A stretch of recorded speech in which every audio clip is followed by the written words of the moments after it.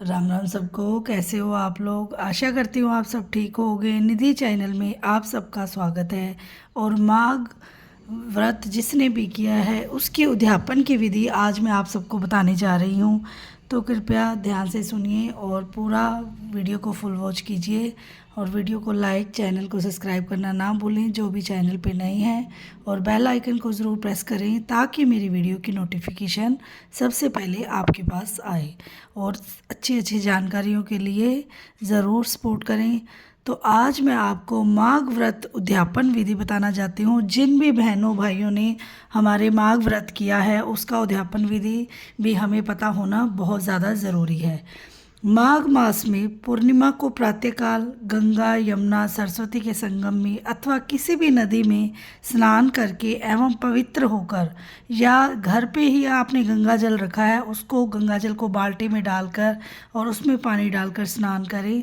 और उसी क्षेत्र में एक मंडप बनाकर उसमें भगवान विष्णु की स्थापना कर, ब्राह्मण को बुलाकर गौरी गणेश तथा नवग्रह की स्थापना करके सत्यनारायण भगवान का पूजन करें और कथा श्रवण करें। सत्यनारायण भगवान की कथा करें।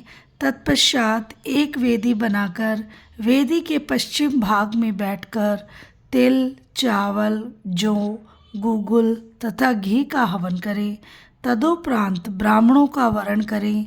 बाद में सर्वातोभद्र चक्र बनाकर ब्रह्मादि देवताओं का पूजन करके वहाँ कलश के ऊपर सुवर्ण की लक्ष्मी विष्णु भगवान की मूर्ति स्थापित करें। इंद्र विष्णु रहित इस मंत्र से आह्वान करके पुरुष सूक्त के मंत्रों द्वारा षोडशोपचार पूजन करें। और पलंग के साथ 5 वस्त्रों को तथा ब्राह्मण को लोटा, धोती, अंगोछा, छाता, खड़ाऊं, आसन, माला, जनेऊ, जोड़ा अथवा सुवर्ण मुद्रा, तिल आदि का दान करें तथा गोदान करके विसर्जन करें। और अगर आप इनमें से कुछ चीज़ें भी कर दें तो भी आपको माघ मास के व्रत और उद्यापन का फल प्राप्त होता है। अपनी श्रद्धा अनुसार आप कर सकते हैं। आप कोई भी, जैसे पर्ची है ना, जैसे गोदान, हम गोदान नहीं कर सकते तो गोदान लिख कर उसके अंदर 51 101 रुपये पर्ची बनाकर लपेट दें। जैसे सोने की चीज़ है, सोना लिख के 100 रुपये डाल के पर्ची के ऊपर सोना लिख दें और उसके अंदर 100 200 आपकी श्रद्धा है उतने पैसे रख के पर्ची को फोल्ड कर दें। तो इस तरह से आप सारी चीज़ों का दान सही तरीके से कर सकते हैं, क्योंकि आपने जो काम किया है अपनी श्रद्धा से किया है तो इससे आपको पूर्ण फल की प्राप्ति होगी। बाहर की आवाज़ों को इग्नोर कीजिएगा। इसके पश्चात गीत, कीर्तन, वादिक, मंगल गान और उत्सव मनावें तथा यथाशक्ति ब्राह्मणों को भोजन करावें। मतलब जितनी आपकी श्रद्धा है उतने ब्राह्मणों को भोजन ज़रूर कराएं और यथाशक्ति उनको दक्षिणा भी दें।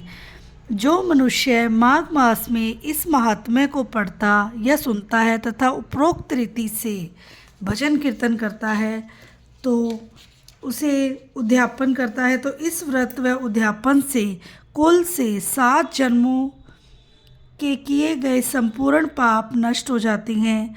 उस मनुष्य को सुख, शांति तथा सौभाग्य प्राप्त होता है तथा सकल मनोरथ सिद्ध हो जाते हैं।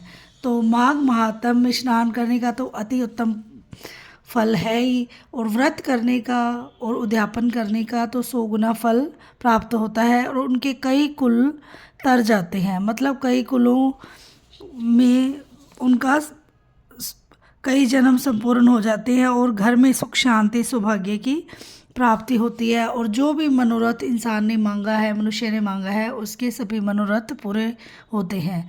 तो इसलिए आप लोग जिन्होंने भी व्रत उद्यापन किया करना चाहिए, उस जिसने भी व्रत किया है उसे व्रत का उद्यापन इसी तरीके से करना चाहिए। तो आपको आशा करती हूँ मेरी कथा ये पसंद आई होगी। राधे राधे। मिलते हैं नेक्स्ट वीडियो में नेक्स्ट अध्याय के साथ। जय श्री श्याम।